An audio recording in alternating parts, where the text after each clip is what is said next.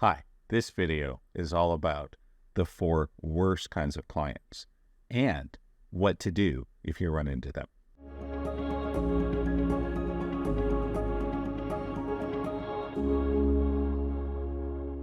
My name is Brent Phillips. I am the founder and creator of the Awakening Dynamic System of Energy Healing and Higher Consciousness. And this video is aimed at anybody that's any kind of coach or healer, or really anyone that works in a helping profession and has human clients. Because I've been a full-time professional energy healing practitioner for over 20 years, and I've found the quality of your clients has a huge impact on the quality of your life. So let's get into it. What are the top 4 worst kinds of clients, and what can we do about them? So number 4 on our list is pretty straightforward. The number 4 worst kind of clients are those that don't pay you. Duh, right? Of course, if there's no payment, there's no exchange, not much is going to happen, and everyone has just wasted their time. So I got a really simple solution for you. Make people pay ahead of time. Create some kind of online invoicing system so it can all be done electronically before the session begins. All right, that was easy, huh? Of course it was. Duh. On the list, number 3. The number 3 worst kinds of clients are those that come in with a huge expectation. For example, when I had my first session of energy healing, honestly, I didn't think anything was going to happen. I was an engineer, a scientist. I thought I was a rational person. This all seemed like a bunch of new age nonsense. But I experienced a genuine life-changing miracle. And why did that happen? Well, it happened because I didn't have a lot of expectation. I didn't think I already knew what was going to occur. And so in that first session, my right arm had been paralyzed at the elbow by a botched surgery. Never in a million years was I expecting an instant healing. But that's exactly why I got it. And since then, I've done lots of radio shows, TV shows, podcasts, telesummits, talking about my experience. And frequently I get someone that calls me or emails me and says, "Hey, Brent, I can't move my arm either. I need to have a session with you so I can get the same miracle." And I kind of go, why? That's literally one of the worst things you can do. Because here's how it goes. When you really, really want something and you're fixated on it, you tend to push it away. My late mentor Carl would say we all push away that which we want and desire. Why? You're building a huge expectation. And when you build a huge expectation, some kind of miracle or big life transformation, what generally happens is the exact opposite, because you're building up resistance to not having the result you want. So for example, if you have disease X and you go to a healer and you're totally focused on, oh God, I have to get totally healed in one session or I'm screwed, I can never afford to do more, my life is over, drama, drama, drama. I totally get that on a human level. It's understandable why you would feel that way. It just doesn't work at all. And again, it's because if you're looking for some huge expectation of healing from some disease, what you're actually doing is building up your resistance to not getting a miracle. And what's going to happen? Well, you won't get a miracle. So oftentimes, these worst kinds of clients are well-meaning. They're doing what they think is the right thing. And we need to gently nudge them in the right direction. And so how do we do this? I'm going to give a couple answers right here. Number 1, I would encourage everyone, all of my clients and students, to trust and accept that the outcome and result you get from every session is actually the perfect one for you at that time. Now, I'm not going to get into a lot of the metaphysics here. This is part of what I teach in the weekend seminars. But there's a lot of metaphysics and principles of the universe that underlie this. And it's not just a matter of managing expectations. And so, number 1, try to gently nudge people to accept whatever shows up as the right thing. And number 2, if they're open to it, give them training on understanding how their expectation is only increasing their resistance to what they don't want and pushing it away from us. And so that's a little abstract. And again, the number 3 worst kinds of clients, those that come in with a huge expectation and agenda, are generally good-hearted people. They think they're doing the right thing. And we need to gently nudge them away from having such a giant, rigid expectation, because it's just going to shut down the results. So, on to our number 2 on the list. Before we do number 2 on the list, I just want to say, if you like this video, if you don't think it totally sucks, if this is not the worst thing you've ever seen in your life, please hit like, click subscribe. YouTube has to know. Awesome. Thank you for that. All right, moving right along. What are the number 2 worst kinds of clients? Well, I'd say the number 2 worst kinds of clients are those that get dragged in. In other words, they don't want to do it. Someone's dragging them in and making them do the session.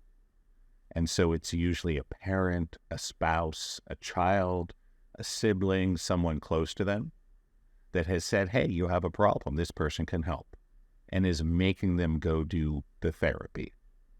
So I've experienced this in my professional practice, most commonly with drug addiction. And usually what happens is it's the parents of an adult child who's addicted to drugs.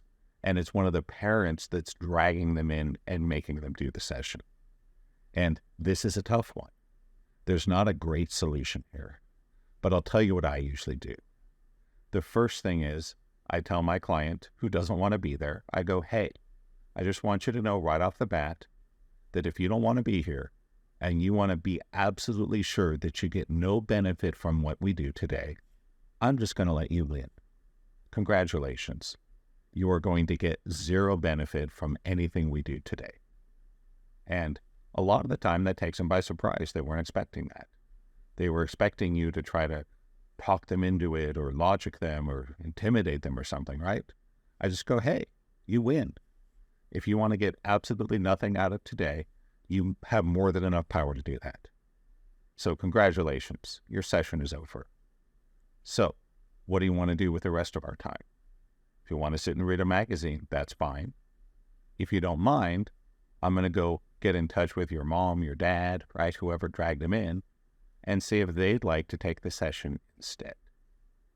And sometimes this works. It's amazing, but sometimes when you go, hey, you win. I can't make you do anything, and tell them that, hey, read a magazine, listen to music, do whatever you like. I'm going to go give the session to whoever dragged you in. Sometimes they get curious and go, oh, wait a second, Brent. Well, maybe we can talk about this one thing. Now, it's not 100%. I have had clients that got dragged in and didn't want to do it. And I told them, hey, we don't have to do this. And they're like, great. And they pull out their phone and they sit and fiddle on their phone for an hour and then they leave. I've had that happen maybe twice in 20 years. A lot more commonly, at least a few dozen times, when I've said, hey, you win. We're not going to do anything. I'm going to go get your mom, work with her instead. Usually they open up a little bit and they'll say something like, well, I don't want to talk about X, Y, or Z in my life, but maybe there's some peripheral problem, right? And that's okay, people. You don't have to work on the thing they got dragged in for. I had one client once, true story. This poor guy, he had AIDS and cancer. Both of them. And he got dragged in for a session. And I said, hey, what do you want to work on? And he said, you know what, Brent? The one thing I do want to work on is my roommate's driving me nuts. And so we worked on that. So a lot of the time with people that get dragged in, if you play nice with them, in other words, let them have what they want, sometimes they'll open up. Occasionally, they'll even work on the thing they got dragged in for. Not always, but occasionally. Awesome. So now we're getting down to number 1 on our list. I'm about to reveal the number 1 worst kind of client that is really difficult to deal with and can ruin your whole day. And it's this, the know-it-all. There are certain clients that will come to you and they think they know how to do what you're doing better than you. Now, I don't know that they don't. Maybe they are an amazing healer or dating coach or fitness coach or whatever your thing is. Maybe they are. But it begs the question, if they're there constantly interrupting you and telling you how to do your thing, why are they there, right? And I found really that there's two kinds of know-it-alls that are really difficult to deal with. The first are medical doctors. Now, not all doctors are like this, but I've had a decent number of medical doctors as clients over the years. Some of them are open-minded, generous, wonderful healers. But some of them have such a bad case of know-it-all syndrome, you can't do anything. And it's not really their fault, because doctors are brainwashed in medical school that they not only have all the answers, but they're the only ones that have the answers. And so you can see how when they sit down with someone that doesn't have a medical degree, they immediately think you're some kind of idiot or moron and don't want to listen to what you have to say. And I've worked with medical doctors who tried to take over the session. It's very frustrating. Second kind of know-it-alls are other healers. Now, of course, I've been a full-time energy healing practitioner for over 20 years. So to me, other healers are kind of the worst know-it-alls. For you, it'll be whatever you do, right? So if you're a dating coach, you may find that other dating coaches are really difficult to work with because they're know-it-alls. And so when they're constantly interrupting you, telling you, oh no, don't do this, do that, or telling you you're doing something wrong, that's a know-it-all. And so what do we do about that? Well, this is what I do. When I recognize the know-it-all behavior, I will call it out, and I'll say something like, hey, I want to call out and be really clear that I see you have a huge amount of knowledge and experience and ability here, right? You're probably really good at this. But at the same time, there's some reason you called me. There's something going on in your life that for whatever reason, your skills, your abilities, your experience hasn't been quite enough to get you to where you want to be. That's why you're here, right? And I'll say, hey, just do me this one tiny favor. Let's try it my way, just for an hour.